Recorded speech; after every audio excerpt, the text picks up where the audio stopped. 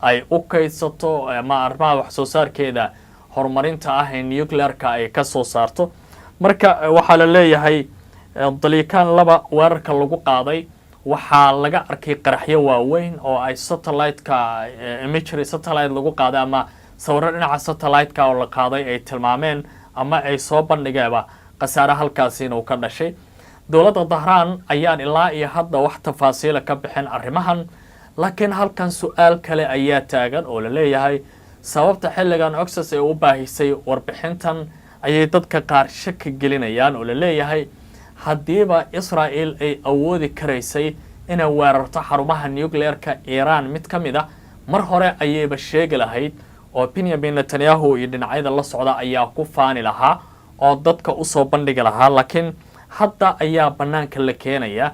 dadka qaar oo telefishinada ka hadlaya oo qubarada militariga ah